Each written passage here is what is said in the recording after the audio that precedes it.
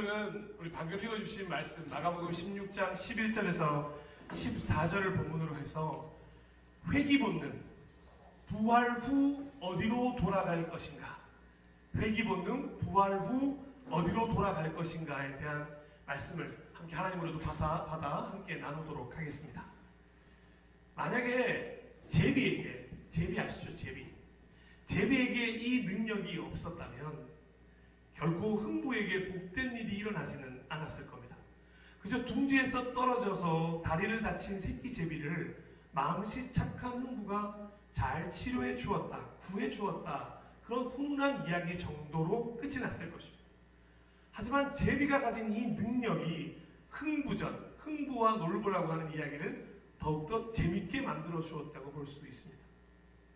그리고 매해 10월이나 11월이 되면 바로 이 능력을 가진 이 능력 때문에 무려 2만 킬로를 헤엄쳐서 다시 남태천 집으로 돌아오는 이 연어가 있습니다. 그것도 그냥 돌아오는 코스가 아니라 거센 물결을 완전히 거꾸로 거슬러 올라가야 하는 결코 쉽지 않은 길입니다. 정말 생각해보면 길을 잃지 않고 어떻게 2만 킬로미터나 다시 돌아오는 것일까 정말 신기할 정도입니다. 그래서 제가 잠시 영상을 하나 준비했습니다. 영상을 볼까요? 날씨가 서늘해지는 10월에서 11월쯤 되면 찾아오는 손님이 있습니다. 바로 연어입니다. 아이고, 물을 거슬러 올라가려니 보통 일이 아니네. 저는 말을 못합니다. 거의 다 온 것 같은데 조금만 더 힘내. 역시 고향의 물이 좋아. 연어가 그 먼 길을 거슬러 돌아오는 이유는 어릴 때 살던 곳으로 가서 알을 낳기 위해서입니다. 3년에서 4년 전 떠났던 어린 연어는 태평양 건너 알래스카에 이르기까지 2만 킬로미터를 돌아다니다가 고향을 찾는 겁니다. 타고난 본능에 따라 혹은 학습에 따라 먼 길을 찾아온다고는 하지만 길을 너무 잘 찾아온다 싶죠. 그러한 연어의 신비한 능력에 대한 명쾌한 해답은 없지만 가능성 높은 주장들은 크게 둘로 나뉜다고 합니다.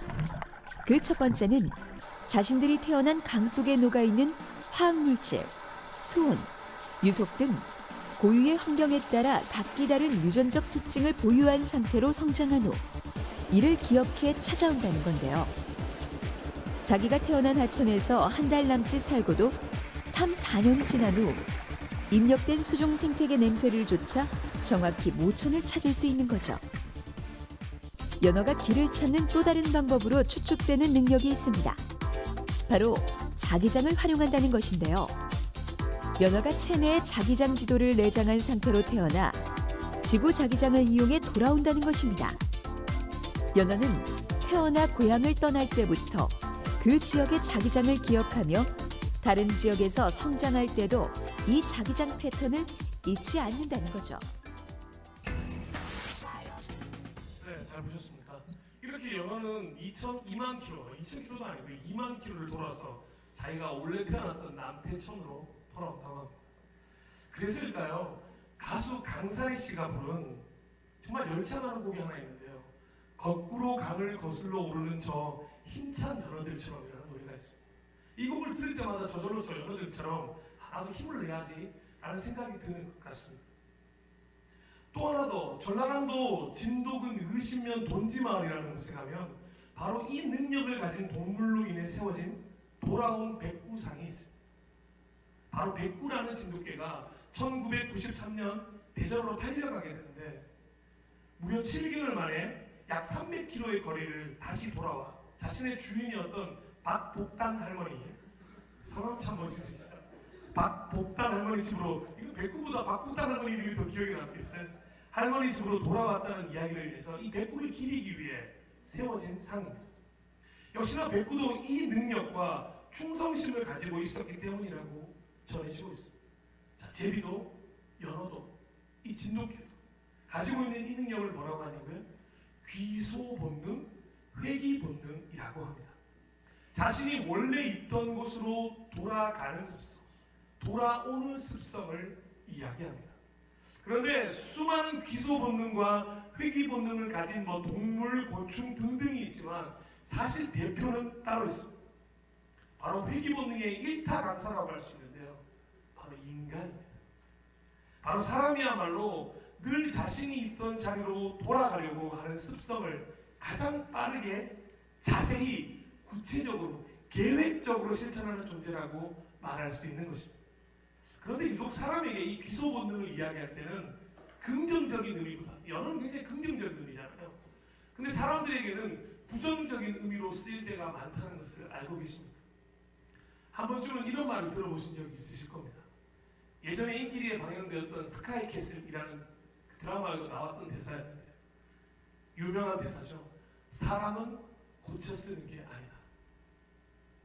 저는 이 말이야말로 정말 사람은 변하지 않는 존재이고 늘 제자리 걸음을 하고 있다는 것을 보여주는 말이라고 생각됩니다. 아무리 이야기해도 배워도 겪어도 느껴도 달라지지 않는 존재, 어쩌면 그 존재의 대표가 사람이라고 인간이라고 말할 수 있기 때문에 정말 아시다시피 사람 쉽게 변하지 않습니다. 그리고 그 사람이 쉽게 변하지 않는 가장 큰 이유는 바로 그 사람이 추구하는 자기의 귀소 본능과 회귀 본능 때문이라고 볼 수 있습니다. 원래부터 저는 이랬어요 라고 말하면서 말입니다. 대체 그 원래는 언제인지 어디를 이야기하는 것인지 알 수 없음에도 말입니다. 그렇다면 그리스도인이라면 어떨까요? 과연 그리스도인들에게는 이 귀소 본능이 긍정적인 의미일까요? 부정적인 의미입니다. 그리스도인들에게 원래 있던 자리는 어디일까요? 특별히 부활주일 이후 우리의 지나간 한 주간을 한번 돌이켜보면 더 없이 좋은 예가 될 것 같습니다. 한번 시간을 돌려보죠. 사순절이 시작되었습니다. 사순절이 시작되면 사람들은 그래도 양심상 거룩을 향한 여정을 시작합니다. 그리고 교회에서도 다양한 프로그램들을 준비해서 뭔가 사순절을 의미 있게 보내라고 강조를 시작합니다. 너무 하고 싶지 않지만 금식을 하는 경우도 있습니다. MZ세대들에게는 디지털 금식이 금식보다 훨씬 더 어렵다고 합니다. 차라리 밥을 안 먹지 어떻게 스마트폰을 끊어요? 하나님, 제가 만약에 스마트폰을 끊는다면 하나님 진짜 저한테 축복해 주셔야 돼요 라고 말한다는 거예요. 디지털 금식이 아이들은 이제 금식보다 훨씬 더 어려운 일이 되어버린 거죠. 억지로라도 성경을 하나라도 더 보려고 노력을 합니다. 안 되면 오디오 성경이라도 틀어놓고 설거지하든 빨래하든 무엇 하든지 그 오디오 성경을 들으면서 어떻게든 사순절을 보내려고 합니다. 예수님의 십자가를 생각해 보려고 애쓰기도 합니다. 그렇게 종료주일을 보내고 고난주간이 오면 최고 지점에 우리는 다다르게 됩니다. 만약 그 순간에 저희는 진행하지 않았지만 고난주간 특별 기도회라도 참석하게 되면 진짜 부활주일까지 너무나도 은혜로운 시간을 보내는 듯 합니다. 자, 그렇게 길고 길었던 사순절이 부활주일 끝으로 막을 내렸습니다. 이제 새로운 삶을 결심하고 정말 부활의 증인으로 살고자 결심하셨죠. 아무도 안 하시고 저만 했나 보네요. 그런데 이상한 일이 벌어지기 시작하는 거예요. 딱 거기까지. 마치 40일간 엄청난 행사를 치른 듯 피곤과 피로가 몰려오기 시작하는 거예요. 육적으로만 아니라 영적으로도 쉬어야겠는데 40일 동안 너무 고생했어. 사순절 동안 내가 내 컨디션 이상의 일을 한 것 같아 라고 생각하면서 쉬어야겠다는 생각이 찾아오기 시작합니다. 그래서 영적인 피로함을 어떻게 해결하겠냐 하면 다시 내가 가장 좋아하던 일을 하기 시작합니다. 그리고 40초 만에, 아니 어떤 분들은 40분 만에 사순절 전의 나로, 늘 그래왔던 나로, 늘 그래왔던 내 습관으로 회귀합니다. 마치 예수님이 죽으시고 부활하셨던 그날의 제자들처럼 말입니다. 마가복음 16장 11절입니다. 그러나 그들은 예수가 살아계시다는 것과 마리아가 예수를 목격했다는 말을 듣고서도 믿지 않았다. 부활 이후의 제자들 역시 회귀 본능과 귀소 본능을 가진 사람들이었다는 것을 알 수 있습니다. 예수를 직접 만난 막달라 마리아의 증언에도 불구하고 그들은 처음 자리, 불신앙과 불신의 자리로 이미 돌아간 상황이었습니다. 어떤 제자들은 예수가 뭐고 다 포기하고 고향집으로 내려가다가 예수를 만나게 됩니다. 그리고 다시 길을 돌이켜 제자들에게 내가 고향길을 가다가 예수를 만났어 라고 제자들에게 알렸습니다. 하지만 결과는 똑같았습니다. 마가복음 16장 13절입니다. 그들은 다른 제자들에게 되돌아가서 알렸으나 제자들은 그들의 말도 믿지 않았다. 둘 이상의 증인이 있었음에도 불구하고 그들은 믿지 않았어요. 그것이 제자들의 원래 마음이었기 때문에 모든 게 다 물거품으로 끝나버린 현재를 그저 원망하기 바빴고 에휴 모든 게 다 한여름밤의 꿈이었어 라고 자기만의 환상에 빠져 있었기 때문입니다. 그래서 제자들은 다시 예수님이 없던 자리로 회귀, 귀소 돌아갔던 것입니다. 하지만 예수님은 죽으시고 3일 만에 부활하셨습니다. 정말로 다시 살아나셨습니다. 막달라 마리아에게 나타나셨고 고향으로 향하는 두 제자들에게 나타나셔서 그들을 만나 주셨습니다. 우리는 그 사실을 믿는 그리스도인들입니다. 드디어 11제자에게도 나타나십니다. 이어지는 마가복음 16장 14절입니다. 그 뒤에 11제자가 음식을 먹을 때에 예수께서는 그들에게 나타나셔서 그들이 믿음이 없고 마음이 무딘 것을 꾸짖으셨다. 그들이 자기가 살아난 것을 본 사람들의 말을 믿지 않았기 때문이다. 아멘. 솔직히 제가 정말 먹는 것 때문에 뭐라고 하는 게 정말 싫거든요. 근데 이 마가복음의 기록은 너무도 마음을 아프게 하는 거예요. 자신들의 스승이 메시아라고 했던 예수님이 십자가를 지고 죽었는데 그리고 3일이 지나서 부활했다고 소식은 전해지고 무덤은 비어졌는데 대제사장과 율법학자들이 짜고 너희들이 훔쳐간 걸로 하자 제자들을 그 훔쳐갔다는 소문을 내고 있는데 예수님이 부활하셨다고 두 사람 이상이 증언함에도 불구하고 이런 중요한 순간에 그들은 원래 하던 대로 음식을 먹고 있었어요. 정말 사람은 원래 해야 할 일은 반드시 해야 하는 거예요. 다 먹고 살자고 하는 거 아닙니까? 에이, 예수님이고 뭐고 다 먹고 살자고 하는 거 아닙니까? 이 말이 제자들의 그리스도인들의 믿음마저 삼켜버린 것 같아서 마음이 아픈 것입니다. 더 중요한 것들을 위해서 덜 중요한 것들을 선택하지 않아도 되는데 우리는 왜 늘 덜 중요한 것들을 선택하는 것입니까? 왜 제자들은 단 한 사람도 예수님을 찾으려고 나섰던 사람이 이 마가복음에서는 등장하지 않았던 것인가요? 최소한 그들은 예수님이 했던 마지막 말이라도 기억했어야 했습니다. 어떤 말인지 아십니까? 마가복음 14장 27절에서 28절입니다. 예수께서 제자들에게 말씀하셨다. 너희가 모두 걸려서 넘어질 것이다. 성경에 기록하기를 내가 목자를 칠 것이니 양떼가 흩어질 것이다 하였기 때문이다. 그러나 내가 살아난 뒤에 너희보다 먼저 갈릴리로 갈 것이다. 아멘. 그때 베드로와 제자들이 이 말을 듣고 뭐라고 답했는 줄 아십니까? 이 기가 찬 말 함께 나누도록 하겠습니다. 그러나 베드로는 힘주어서 말하였다. 내가 선생님과 함께 죽는 한이 있을지라도 절대로 선생님을 모른다고 하지 않겠습니다. 나머지 모두도 그렇게 말하였다. 그런데 제자리로 돌아와 있는 것이죠. 물론 그 식사 자리의 분위기만큼은 무거웠을 수도 있습니다. 하지만 그 누구도 예수님의 마음을 떠올려서 갈릴리로 가 있던 사람이 없었던 건 너무도 안타까운 상황 아니겠습니까? 그리고 예수님이 아마 더 안타까우셨던 것 같아요. 그래서 직접 그 자리에 나타나신 것입니다. 성경에 제자들을 꾸짖었다는 말이 2번이 나오거든요. 베드로를 꾸짖었다는 말을 이후에 정말 오랜만에 제자들을 꾸짖으셨다는 말이 등장합니다. 따끔하지만 사랑으로 다시 권면하시는 것입니다. 명확하게 질책하면서 다시 회귀 본능, 귀소 본능으로 제자리로 돌아가지 말고 부활 이후에 완전한 새로워진 삶을 살라고 사명을 허락하시러 다시 오신 것입니다. 결국 똑같은 모습으로 살아가면 안 돼. 완전히 새롭게 태어난 제자가 되어야지. 완전히 새롭게 태어난 그리스도인으로 살아야지. 바라는 마음으로 제자들을 찾아오셨다는 것입니다. 마가복음 16장 15절입니다. 우리 다 함께 읽어볼까요? 시작. 또 예수께서 그들에게 말씀하셨다. 지금 예수님이 부활한 것도 못 믿고 밥 먹고 있던 제자들에게 예수님이 뭐라고 말씀하신 줄 아십니까? 너희는 온 세상에 나가서 만민에게 복음을 전파하여라. 다시금 주님 안에서 새롭게 시작되었던 그 자리로 돌아가라고.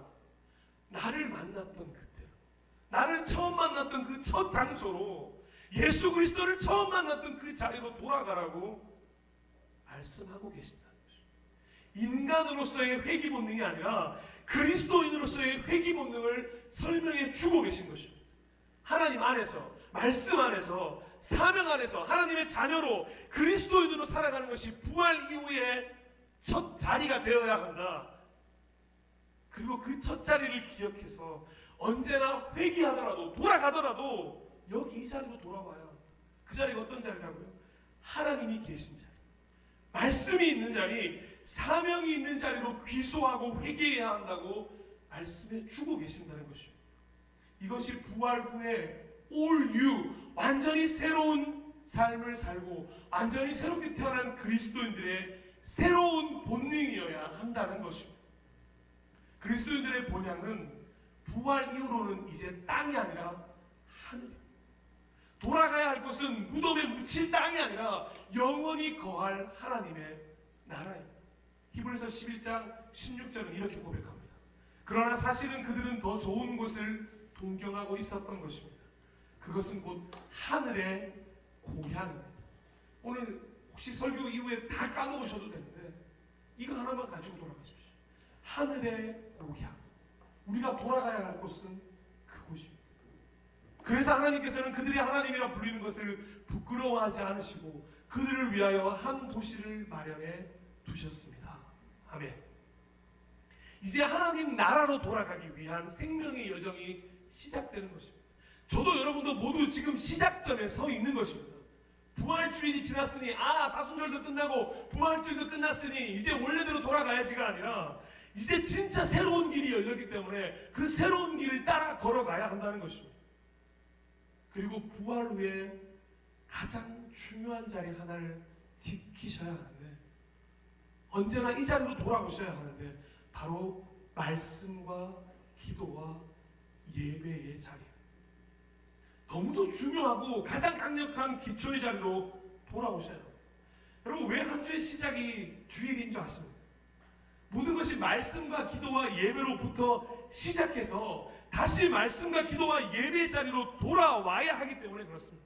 한 주간 동안 고생 많으셨잖아요. 오고 가며 출퇴근하며 그 출퇴근 전쟁 속에서 그 일하는 얼마나 어려운 환경 속에서 지내오셨습니까? 그런데 그렇게 돌아가서 다시 어디로 돌아오셨죠? 지금 다시 말씀과 예배와 기도의 자리로 돌아오신 것 아니겠습니까? 그리고 여기서 다시 시작할 수 있다는 것이죠. 그래서 제자들은 부활하시는 예수님을 만난 이후에 똑같이 살지 않고 이런 모습을 보이게 된 것입니다. 누가복음 24장 52절에서 53절인데요. 그들은 예수께 경배하고 크게 기뻐하면서 예루살렘으로 돌아가서 하나님을 찬양하면서 날마다 성전에서 지냈다. 또 한 구절 있습니다. 사도행전 1장 14절입니다. 이들은 모두 여자들과 예수의 어머니 마리아와 예수의 동생들과 함께 한 마음으로 기도에 힘썼다. 아멘. 다시 불신앙의 자리, 불신의 자리로 돌아가고 싶은 마음 굴뚝같이 드실 때가 있을 겁니다. 영적으로 피곤해요 생각하시면서 다시 돌아가고 싶을 때 있으실 겁니다. 그럴 때가 오면 예수님이 승천하실 때 있었던 사람은 500명이었지만 나가의 다락방에 모였던 사람은 120명밖에 되지 않았던 것을 꼭 기억하십시오.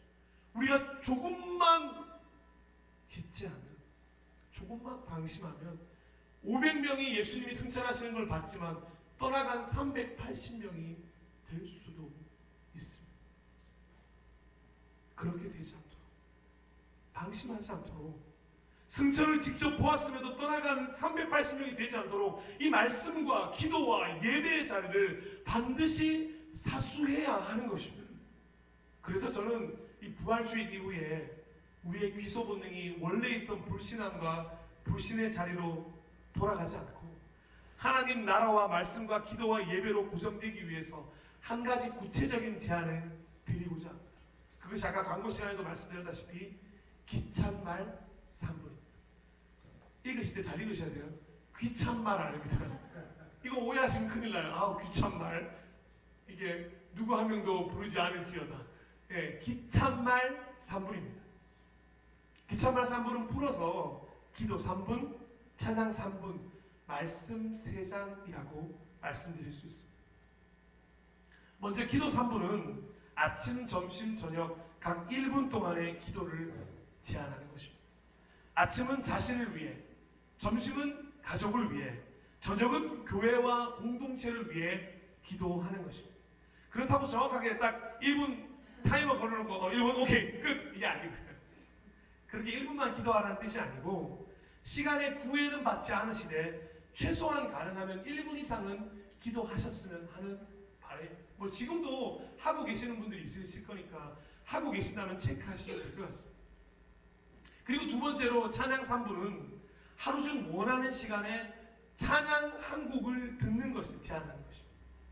가능하면 예배 때 드려지는 워십곡보다는 개인이 만든 CCM 곡을 한번 찾아서 들어보셨으면 좋겠습니다. 예배 때 드려지는 워십곡은 우리 리바이브 워십팀에게 맡겨주십시오.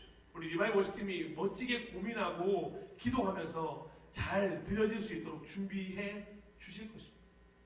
대부분의 CCM이 길면 4분, 짧으면 3분이 조금 안 되거든요. 그런 곡들을 하루에 한 곡씩 찬양을 들으며 그 찬양이 주는 그대로의 묵상이 있었으면 좋겠습니다. 그리고 우리가 기존에 알던 찬양만이 아니라 새로운 찬양도 알게 되는 발견의 기쁨도 누리셨으면 좋겠습니다. 마지막으로 말씀 3장은 말 그대로 하루의 말씀 3장입니다. 그런데 이번에는 그동안 잘 읽지 않았던 성경 위주로 말씀 3장을 제안합니다. 아침에는 신명기, 점심에는 소예언서. 소예언서는 호세아서부터 말라기까지의 성경을 이야기합니다. 그리고 저녁에는 바울 서신입니다. 로마서부터 시작해서 고린도전서, 고린도후서, 데살로니가 전후서까지. 그래서 직접 읽기가 어려우실 수 있잖아요. 참 어려운 부분이 말씀 읽기입니다. 그래서 어플을 이용해서 오디오 성경으로 들으셔도 좋습니다. 특별히 저녁에 바울 서신 같은 경우에는 저희 교회 유튜브가 있지 않습니까? 거기에 가시면 아빠가 읽어주는 말씀이요용이라고 해서 제가 친히 녹음한 목소리가 있습니다. 잠이 잘 옵니다. 그 말씀을 이용하셔도 우리 저녁에 바울 서신은 읽으실 수가 있습니다. 이렇게 기도 3분, 찬양 3분, 말씀 3장 해서 기참말 3분 프로젝트입니다. 정말 하나님이 주신 기운이 가득 차게 되는 은혜의 시간이 될 것을 확신합니다. 어떤 것을 실천해야 될지 잘 모르시겠다면, 하고 계신 게 있다면 괜찮습니다. 내가 잘 모르겠어 생각하신다면 내일부터라도 이 제안에 따라 한번 진행해 보시는 것은 어떨까요? 설교를 마무리하겠습니다. 사랑하고 존경하고 축복하는 예배자 여러분, 부활주일 이후 일주일이 지났습니다. 지금 여러분은 어디에 서 계십니까? 귀소 본능, 회귀 본능이 어느새 나도 모르게 스스로를 가장 원초적이었던 자리로 이미 데리고 가셨습니까? 불신앙과 불신의 자리로 회귀한 나를 보면서 나는 왜 이렇게 구제불능이지? 왜 이렇게 부활주의를 지나도 아무렇게 달라지는 게 없지? 답답해하고 계십니까? 아니면 변화의 자리에 서 계십니까? 하나님 나라에서부터 다시 시작하고자 결심하셨습니까? 말씀과 기도와 예배라는 기초의 자리에 서 계십니까? 부활하신 예수님을 만남으로 인해서 완전히 다른 삶을 시작했던 제자들처럼 이제 우리의 차례입니다.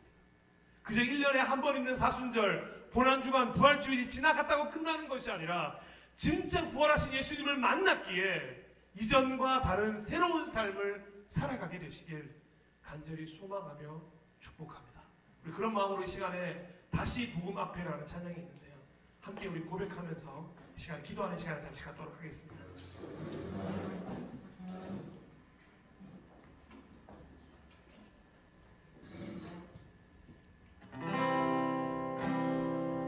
우리 특별히 가사를 한번 잘 생각해 보셨으면 좋겠습니다. 후렴에 이런 구절이 있거든요. 다시 복음 앞에 내 영혼 선에 주님 만난 그때 나 다시 돌아가 주님께 예배드리며 다시 십자가의 길 걸으리. 오늘 회귀 본능 어디로 돌아가시겠습니까? 그 마음으로 함께 찬양하며 나아갔으면 좋겠습니다. 많은 이들 말하고 많은 이들 말하고 많은 이들 노래는 하지만 정작 가진 않는 이 두려운 생각보다 많이 힘들고 험한 길보단 그저 말로만 가려기에 말로만 가려기에 점점